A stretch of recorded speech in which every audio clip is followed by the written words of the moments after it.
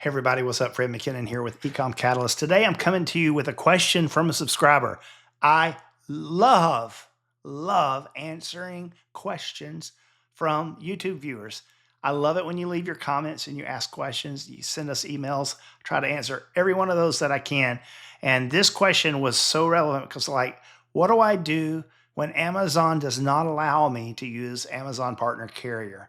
I've seen this a few times and it just kind of stinks. I'll show you a screenshot of what I was sent. It looks like this. So our subscriber that watches the channel here, and thank you for that, reached out and said, I've gone through this over and over and over, and I've got my shipment built and everything's ready to go, but I go to use the Amazon Partner Carrier, and as you can see, it's grayed out.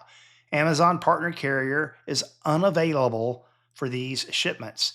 And the only option is to use a non-partner carrier or to book your own freight with your own freight company and do it that way manually. And, he said, look, I've been doing this a long time and I always choose Amazon Partner Carrier, but they're not giving it to me for some reason. And so I wanted to make this video. I kind of helped him troubleshoot it. And the video basically, really quickly, I'm going to cover what to do when this happens. All right. Number one, it does happen. I've seen it happen before. Not often, but I've seen it happen. Number one, come back and check later. That's the most obvious one, and it stinks. If you're in a hurry and you can't get it to clear, and you can't wait a couple of days to see, what might be happening, then you may just have to go on and move forward and book it with your own carrier. But I've often seen that go away after a day or so. So number two, and this is very frustrating, but sometimes it fixes the glitch. Number two, simply rebuild the entire shipment as a new ship to Amazon workflow, a new plan. All right. It can be the exact same number of boxes, exact same destination, exact same pickup, but sometimes for whatever reason in that earlier workflow, something got corrupt or glitched out where it's giving you that error. And that by duplicating that shipment and starting all over, then it will give you the opportunity to choose Amazon Partner Carrier. All right. So number three is make sure that what you're sending on that shipment doesn't have a lot of things mixed up. Like sometimes Amazon freaks out when you're trying to do a lot of oversized stuff and a lot of standard size stuff on the same shipment. That will completely wreck your attempts to get Amazon optimized shipment splits. Okay. It'll always wreck that. But usually it doesn't block you from using Amazon Partner Carrier. It just blocks you from getting an Amazon optimized shipment split to avoid those pesky inbound placement fees, or IPFs, as I like to call them. All right. But yeah, I like to check and I just rebuild the entire shipment and see if that error goes away. All right. So if you rebuild the entire shipment, the error does not go away. It's still that way. And if you wait a couple of days and it's still that way, then most likely, unfortunately, there's nothing you can do. My friend, he went through all of these troubleshooting tips and nothing worked at all. He could not do it.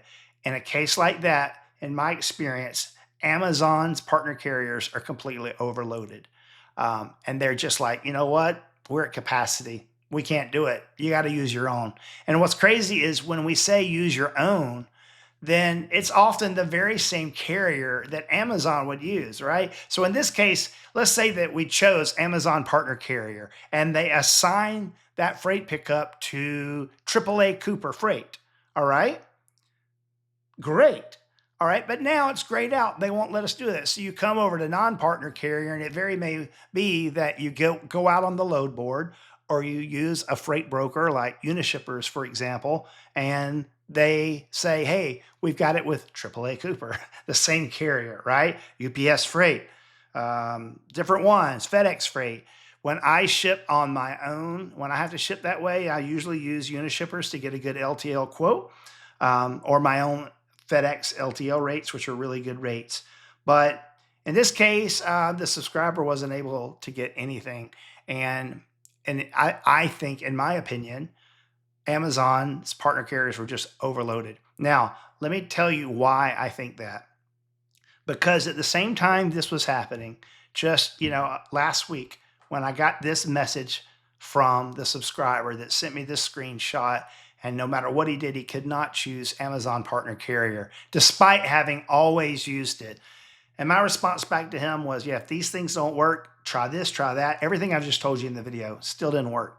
So at the same time this is happening, as an agency owner, we're constantly, every single day, we're building inbound shipments to either FBA or to Amazon Warehousing and Distribution, AWD. Personally, as a seller, I take great pride and joy in the fact that I don't just try to be an agency owner or a guru on YouTube. I still sell. I'm a 7+ figure seller still today, have my own brands, and I still sell. And no, I don't put nearly the energy into that as I used to. And no, I think my products and listings probably aren't optimized the way they should be because we're spending so much time on our agency clients' works, and I'll be the first to admit that. So for the haters that try to go figure it out and say this guy is not even running his own store, woohoo, all right, back to that. My point is, I'm doing my own shipments of my own stuff, all right? Just this week during the same time, I had one shipment to FBA. It was a very large shipment, and it was an Amazon optimized shipment to 5 locations, all right? And I made a video about this just a few days ago. You can go back and you can see it on the channel and see exactly what it was. We'll kind of put it up here where you can see it on the screen, how absolutely outrageous it was. It was almost $9,000 to send 5 trucks from Georgia to Texas, New Jersey, Illinois, Charlotte, and then Las Vegas. Las Vegas was the farthest one from Georgia. $9,000. Absolutely absurd. I've never seen anything like that. Usually a big shipment like that, where there's 6 to 7 pallets on each of those trucks, usually that would be $3,000 to $4,000 all in total to get all. It was $9,000. Supply and demand. That told me, you know what? Everybody's getting their inventory into Amazon right now. Everybody's pushing hard to get their Amazon inventory in before this self-proposed October 19th deadline that Amazon's been talking about. And as a result of that, the freight companies are overwhelmed. Supply and demand went up. The same week, different client, same situation. We have 5 optimized shipments. And when we go to checkout, if you've built these Amazon workflows on Send Amazon, we have shipment 1, 2, 3, 4, 5, all right? And each of them has a quote of what the LTL is going to be and the carrier that it's going to be. So like 2 of them were Estes Freight, a couple of them were Central Transport. Anyway, so we're like, okay, it's going to be $1,800. We're good with this. So I click the button that says confirm the shipping and continue to do the pallet labels. And usually after a few seconds, it charges you the $1,800 or whatever it is, and it commits those shipments to a pickup date and gives you pallet labels and so forth. Well, it spins and it spins and it spins and it spins. And then out of the 5, a couple of them would error out. And on those 2 that errored out, it would say, this offer is no longer available. Please choose another carrier. So you'd go down and it would say, all right, these 4 pallets are going Estes Freight for $400. And it would say, this is no longer available. Choose another carrier. So you click choose another carrier, and then there's a drop-down menu, and it'd say, all right, the next one is UPS Freight for $800. So the price just doubled. And I would choose $800, and I'd go to the next one. Same thing, the initial person that we told you would pick it up for a certain amount of money is no longer available. So it's like almost like hotel inventory, where we got this inventory, we're going to show this, but then when it comes time to book the room, maybe during that time, the ticket's gone. Like trying to book a show on Ticketmaster with the bots, you know, and like the seats are there, and then you add your seats and you're excited, you got the seats you want, you go to check out, and while you're checking out, it goes, we're sorry, while you were checking out, someone else claimed your seats. You've seen that happen before, I bet.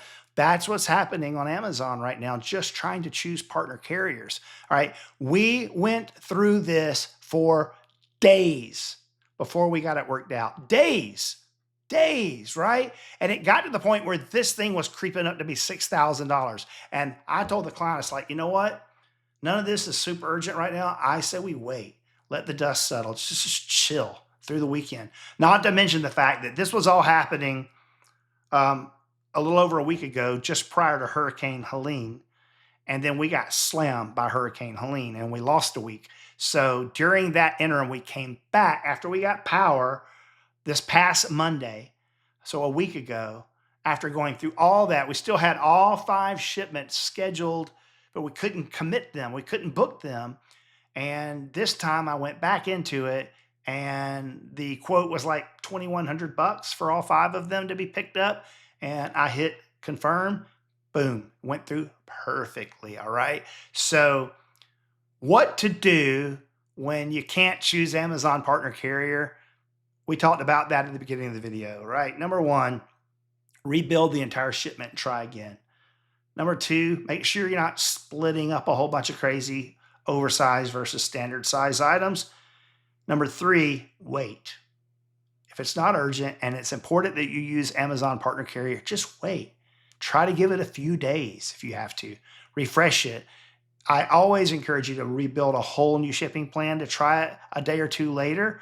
But sometimes the demand literally is gone and you just have to wait and try it again at a later time. Look, I hope this helps you. I like to end every video by asking you to subscribe. Tons of people on there giving you Amazon advice and e-commerce advice. They're everywhere. The fact that you're watching this channel, watching me, means a lot. I've been at it for over 20 years, over 2 decades, over $100 million in revenue. I promise you, if it happens on Amazon, I've probably seen it, or I know someone firsthand that does.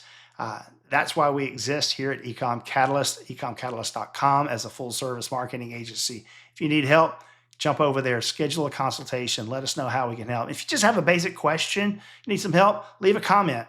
Love to answer questions and comments. This video is a personal response to one person who sent me an issue. And I was like, you know what? Do you mind if I use your screenshot? Because I think that the answers to this question and the process that I just consulted and helped you with free, by the way, for free, I think it'll help all the other people on the YouTube channel. And he graciously said, yeah, use my screenshot. That's cool. So thanks to the subscriber who allowed us to do that. And thank you for watching. I hope to see you again soon. Thanks a lot.